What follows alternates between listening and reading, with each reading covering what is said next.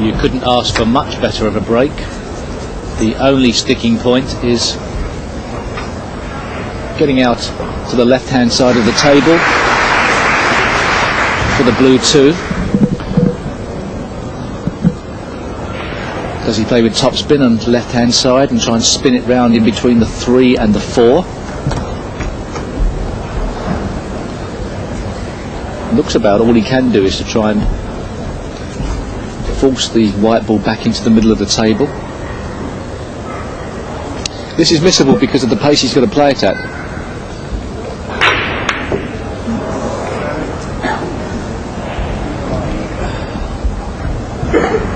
One thing about Foldez in this match, though, Steve, that I've noticed, and certainly have to tip your hat, is he's kept the game simple. He doesn't try and do too much. I think that's the secret of success in any sport, is to play within yourself.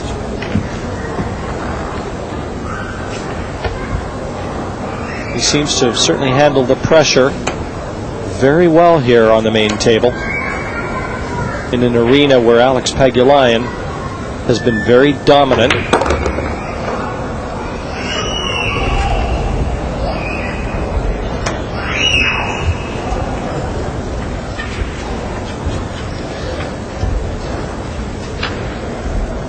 Now he's going to have to try and negotiate a path without contacting any of these colors. Back around for the 3, top right. Shouldn't be a problem, getting around the back of the 8.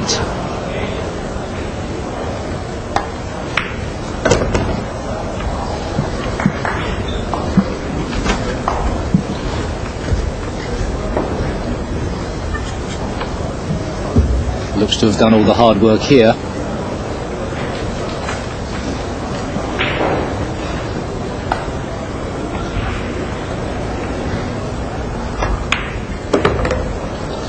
Born in the Philippines, honed his skills traveling around North America, spent a lot of time on the road with Corey Deuel.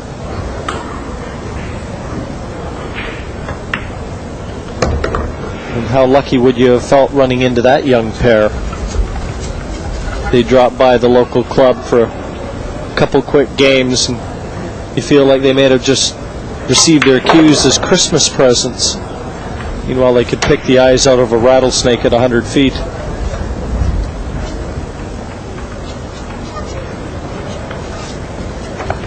Seven, 8, and 9 at Pagulayan's mercy.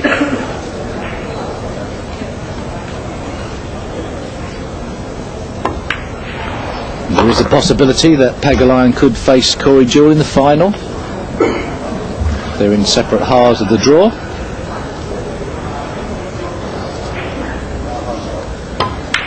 I don't know what price you get on that, Jim, but...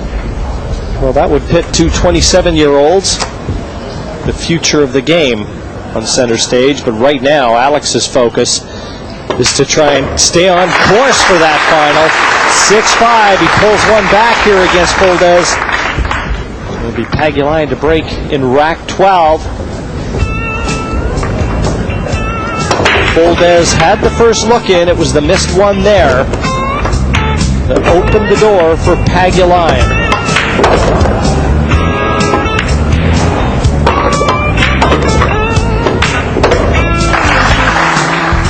He's no stranger to big-time pressure on the pool table as Pagulayan. He's been called on time and time again to produce the goods, and one of his most memorable matches up against Fong Peng Chao, last year's quarterfinalist. What a match that was. Went right down to the wire. Pagulayan produced some superlative shot making to forge a path through and eventually hoist the trophy. But for me, Steve, that was easily the match of last year's event. Rack 12, Alex Pagulayan to break. Train Bit unfortunate from the Moscone Cup perspective that Alex is representing Canada. In many ways he would have been a great addition to the American team and a great character, the Ernie Els of the pool world.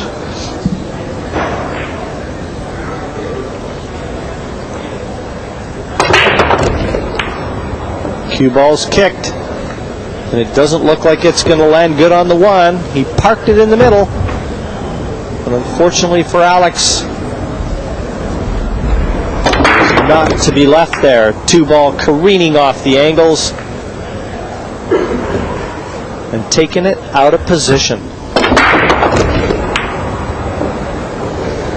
You can never legislate for a good break. You can only try, nail that cue ball in the middle, hope they sit nice, but when balls come around off the angles and kick that cue ball out of position, it's completely out of your control, and that's part of that luck factor, Steve, and you've got to deal with it. You allude to it so often.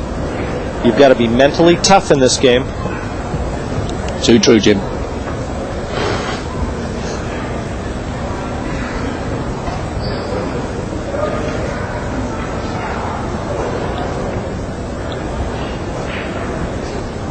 Now, how would you play this one, Steve?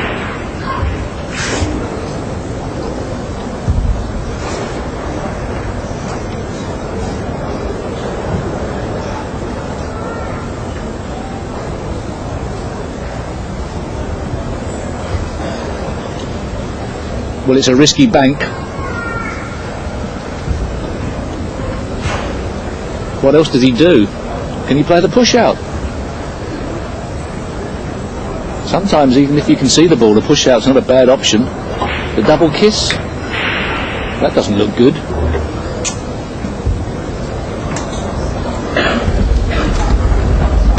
Probably as bad as he could have done. Glaring mistake from Pagulayan here. Total misjudgment.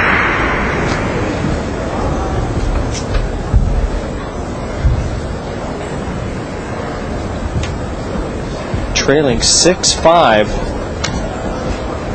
to turn the table over to Fuldez here.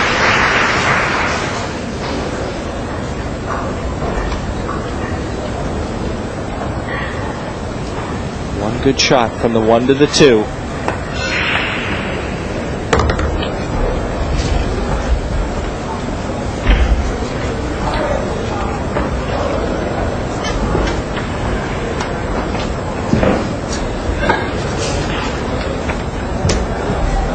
Mission accomplished.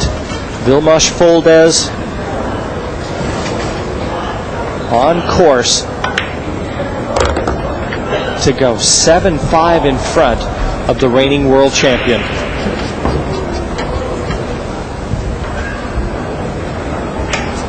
It's a lead. It's certainly advantage Fuldez should he convert this rack. It's not a commanding lead. It never is at 9-ball pool.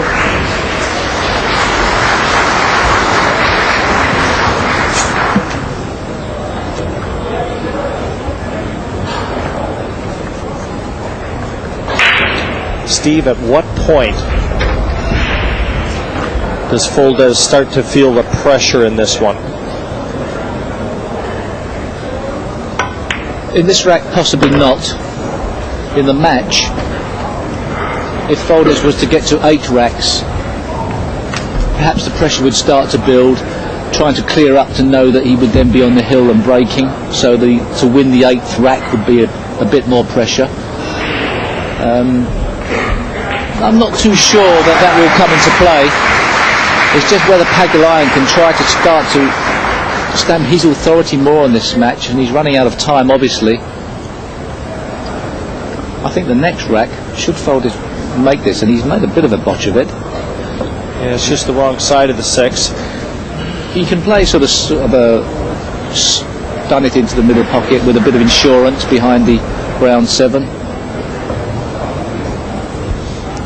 Yes, I think play the 7 into the long corner pocket. That's exactly what he's... Oh, has he missed this? Well. But he's covered it. Would you believe it? Yeah, but he's covered it, but Pagulayan can come off the side cushion and flick this 6 in. The only thing he's got to be careful of is scratching in the top.